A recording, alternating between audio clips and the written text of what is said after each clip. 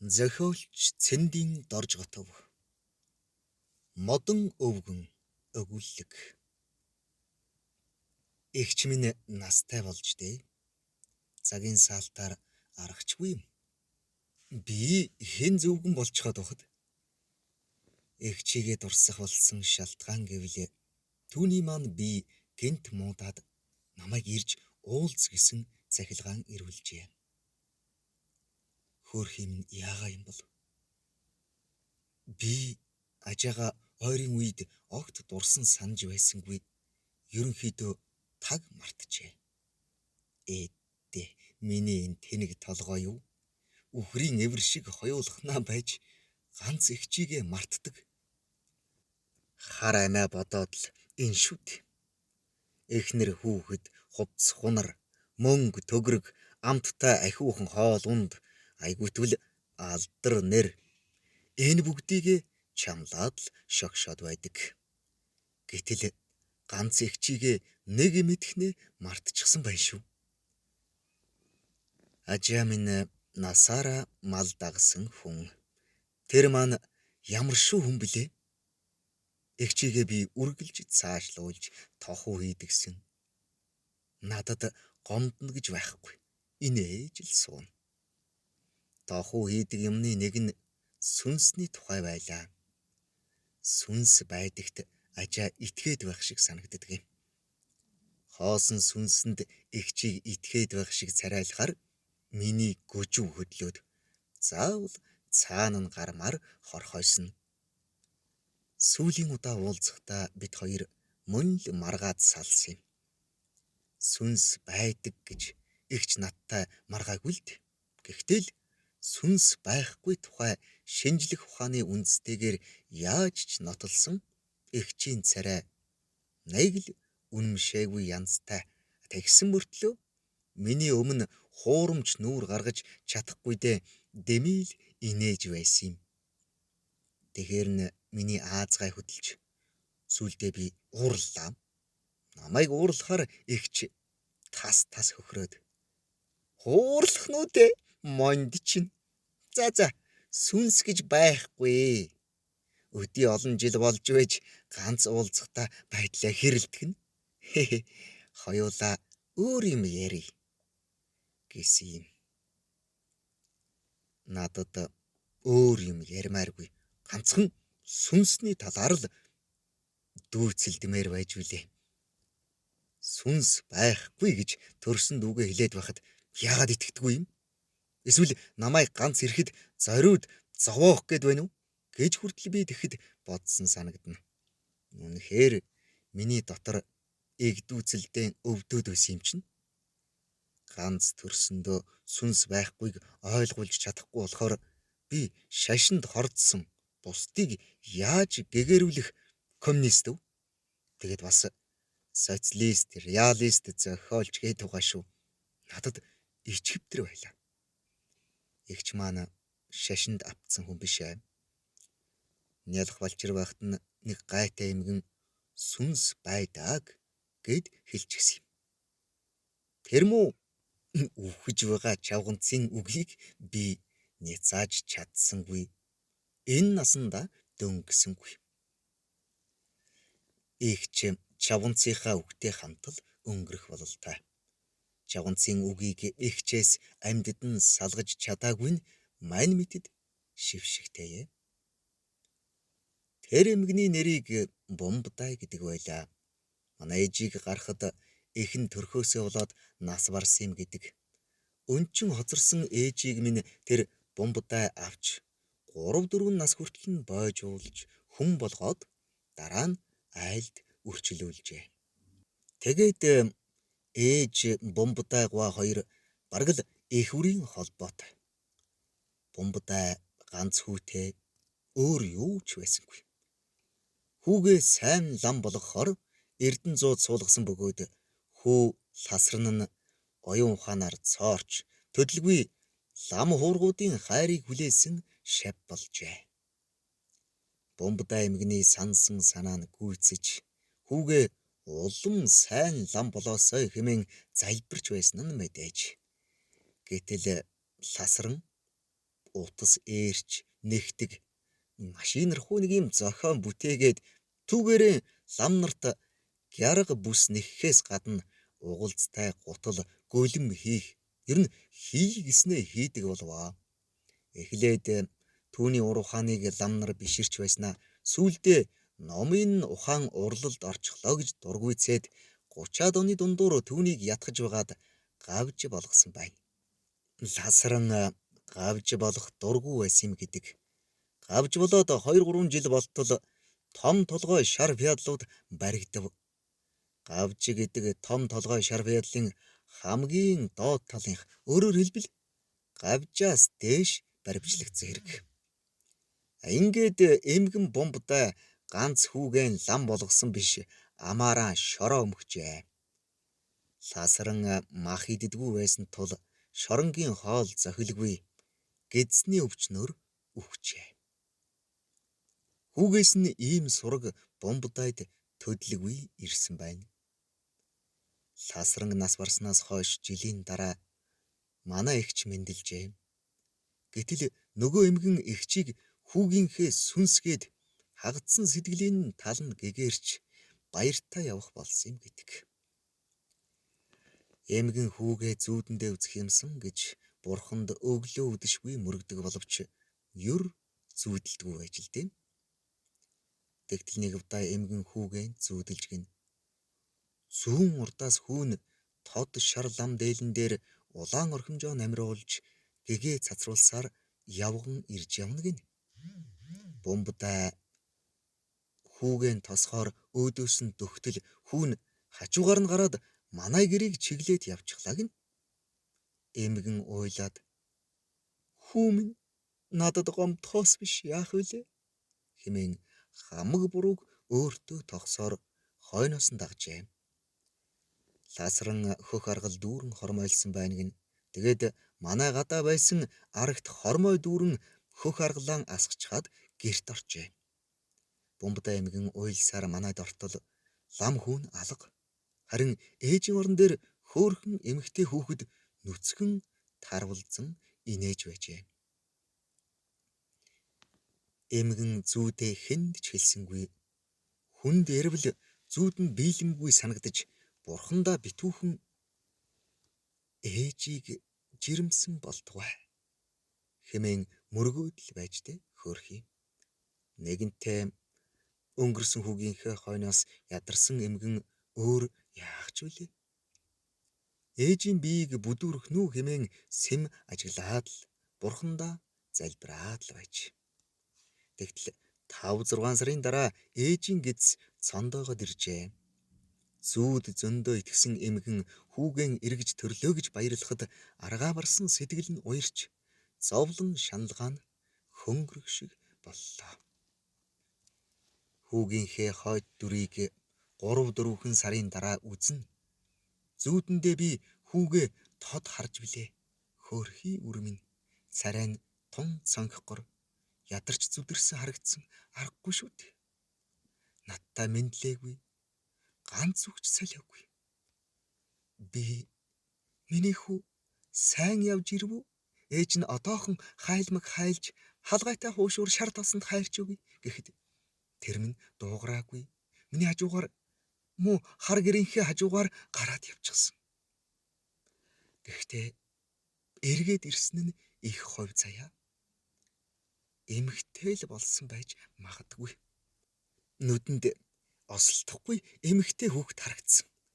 Эргээд л ирснээс хойш хүйс солигдох яах вэ гэж бомбдайгаа боддог байснаа хожим хойно амаа өмөлзүүлэн хоолой цахиртуулан хуучлагад нүд халтирдагсан. Долгор сүрэн ажаа надаас 3 эгч болохоор бид хоёр тоглож өссөн хоёр. Бид хоёртой тоглох өөр хүүхэд байсангүй. Долгор сүрэн эгчийг гарснаас хойш бомбдаа эмгэн манай хаяанаас салаагүй юмсан ч.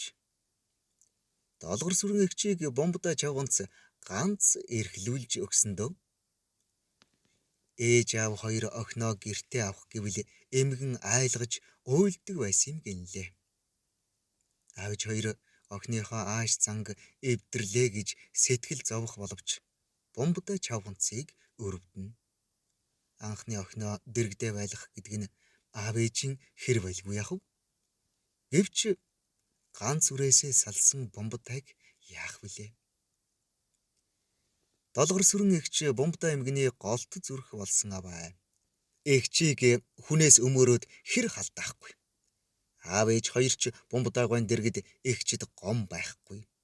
Эгчийг эрхэлж бүр дэнтсэн цагт нь ээж хаяа зэмлэх гэх боловч эгч бомботой гойнх руу зугатаачдаг байж. Ээж эгчийн хойноос илдээд гүйцэлгүй бомботой гойн үүдэнд хүрэхэд бомботой гой гэрээсээ "Хой чи! Хүүхэд заддаг яасан айхтар юм бэ?" хэмээн тайга далайсаар гарч ирдэг. Тэгэхээр ээж яаж чадалгүй эмгэний хормойг тэрч авсан охиноо хорсолтой хялаан хараад "Гайгүй. Чи манайд нэг орох байлгүй" гэд буцдаг байсан гэсэн. Бомботой гой сүүлд ярьж хөхөрдөгсөн.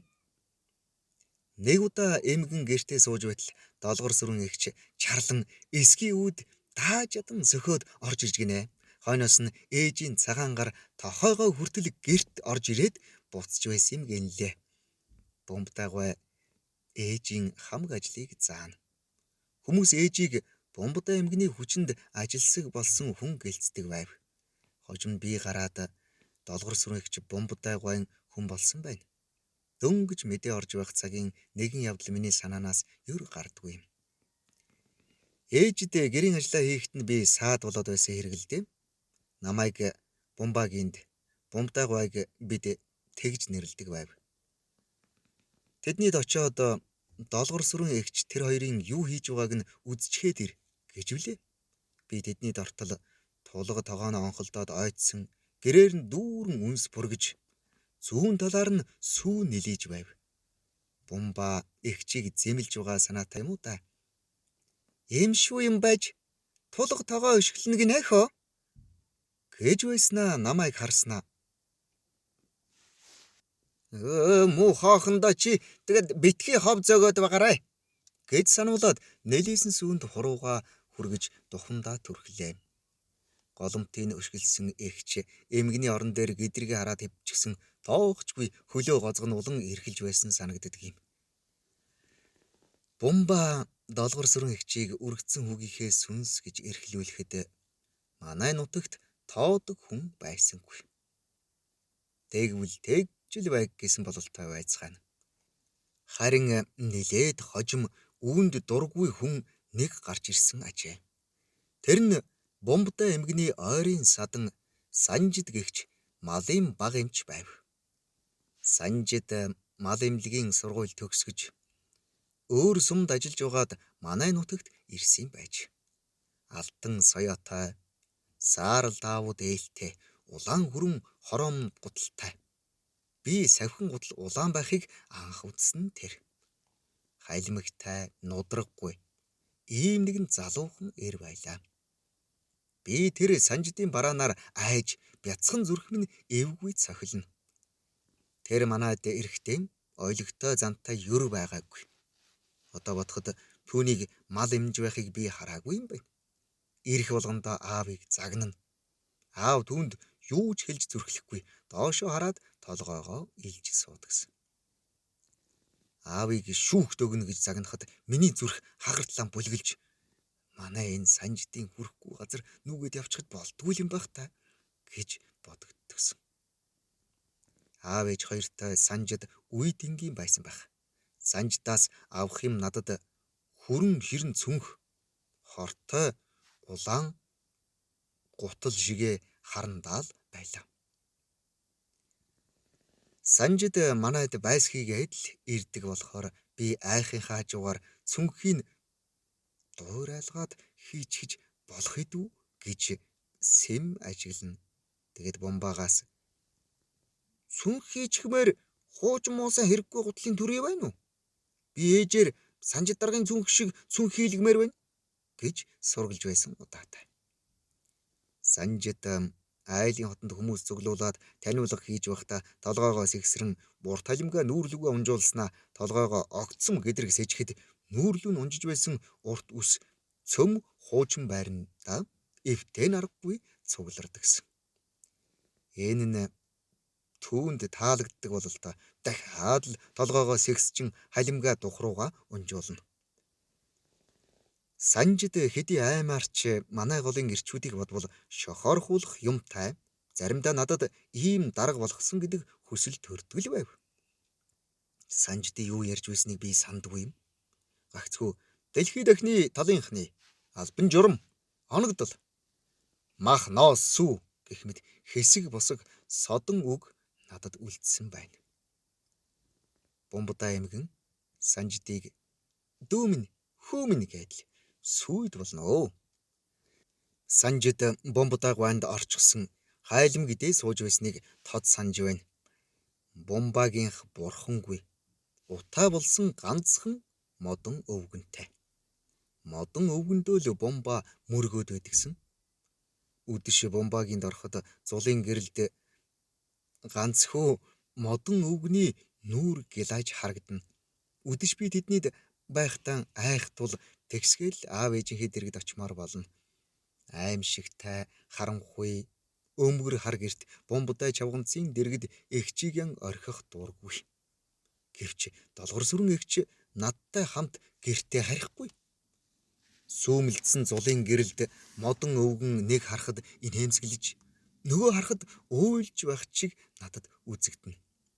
Би эгчтэйгэн тогломоор байвч зулын царвалзан мандах гэрэлд бүрэнхий гэрийн доторх юмс амьлан сүйтэлзэж балчирхан надад айдас төрүүлнэ. Энэгээр ерөөс хов хоосон агаад гагцхүү зулын гэрэлд модон өвгөн нэг бол инээж нэг бол уйлж харагдана. Ийм гэрээс эгч минь харихгүй байгаа нь модон өвгнөөс болоод байх шиг ботогддогсон. Хайлмагныхаа шар тасыг бомба ялган авч зулын гүцэнд хийхэд Санжид наад шар тасаараа зул хийж дими шатааж явахын оронд өөрөө л хүрчгэж байхгүй яасан юм. Гэхдээ бомба чам шиг хүнтэй ярих яриа над байхгүй гэд эрхивчин цогцтой зуланд гүцтэй шар таснаас сутгана. Санжид дооглонгүй инээж эрхивчин цогц шар тас чинь бурхан огт хэрэггүй. Харин та өөрөө түүнийг өмгчж байвал тамир тэнхэн чинь хэрэг болно шүү. Бурхан гэж байхгүй юм чинь зул өргөөд яах юм? Гэхэд бомба залбираад дуугавай. Чи өөрөө ч яах вэ? Намайг битгий нүгэлд унгаагаад бай гэж гуйна. Санжид дэмээл хөхөрч байсан санагдана. Асар удалгүй Санжид малын эмчээн болоод сумын намын үрийн дарга болж суг дэвшлээ. Намын дарга болоод түүний ховсгол зан бүр гаарсан юмдаг. Нэг өдөр Санжид дарга долгор сүрэн эгчийг сургуульд хөөж ирлээ. Аав ээж хоёр эгчийг ядмаг дор эрх танхи юм 2-3 жилдээ өнжөөд дүүтэй нь ханд нь сургуульд оруулъя гэж хэлээд зэмлүүлв. Санжид эгчийг заавал авч явна. Морь унааг нь бэлд гэж загналаа. Аав юу ч хэлж чадхаа болж ээж ойлов. Би ч ста айж энэ Санжид даргыг бараг л үхээсэй гэж бодсон байх. Санжид манайханд ирэхээр бомбагинд заавал ордог юм. Долгор сүрэн эгч эмгний гэрийн ард уйлаад суулаа. Би түүнийг өрөвдөж дэрэгдэн очлоо. Гэрт бомба Санжид хоёрын ярих бидэнд сонсогдож байв. Бомба Санжид минь чи энэ охиныг өнөө жилдээ сургуулиас аргалж үз. Би санаж өгөх бах гэхэд Санжид хүний хүүхдийг та санаж өгөхдөө яадаг юм гэж байна. Гүй энэ муу охин чинь ласран ахын сүнс юм байгаа юм. Тэгэхэр би чинь санахгүй яах вэ? Юу? Та чинь юу ярина вэ? Нэрш энэ охин миний хүү биеэрээ байгаа юм. Би зүүдэлсэн. Тэгээ тэр ёсоор бүгд болсон. Энэ охин төрөөгүй бол би өдийд үхчихсэн. Та битгий зөнөглөөд бай. Би нам улсын чухал албанд очисон хүн.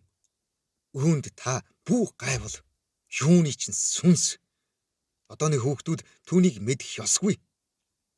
Санжид минь чамдаа гэж хэлэхэд ах чинь яг мөн. Энэ охин надад хичнээн хайртай гэж чи сана. Хөгшин миний элгийг дэвтээж байгаа ганц амьтан. Заримдаа бүр хачин юм ярьж сэтгэл сэрхийлгэхийг яана. Нэг удаа Бумба миний ундаг халиун үрээ хайцсан юм бэ гэж асуув. Санжид чи санаж байгаа биз дээ? Талигаш та хоёрын ундаг байсан халиун үрээг. Тэр халиун үрээг долгор сүрэнг гарахаас айл өмнө Улаан Орсын агтанд өгчөөгүй юу? Үдгэд энэ охин өөрийгөө бас Ласран ахын сүнс гэх үү? Тэгэхээр барах уу? Би хэлсэн юм чинь хэмээн Бумба урамтай дуугарч байсан санагдана.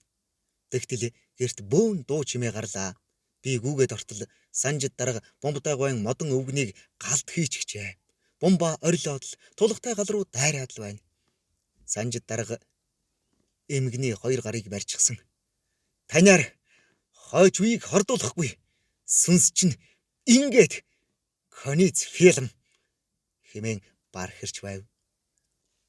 Шар тосонд нэвтсэн модон өвгөн гал дотор уюудчихсан инээжч байх шиг уйлжж байх шиг байснаа удалгүй час улаан дөл болон хэдхэн шад пад хийгээд шатаж дуусахад гэрээр дүүрэн сайхан үнэр ханхалж билээ.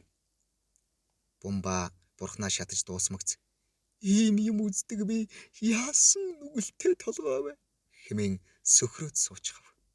Санжид даргын царай цагаан даавуу шиг цайчихсан.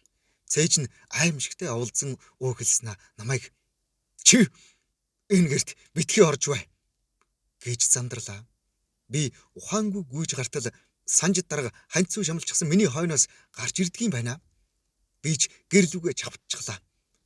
Тэр намайг хөөсөнгүй уяаруу гүүхээрээ очоод морныхоо цулбуурыг тайлж чадахгүй хэсэг мөнгөнснаа өврөөсөө тонгор гаргаж цулбуураа тас огтлоод мориндоо мардаж галзуу согтуу хүн аятай хурдлав.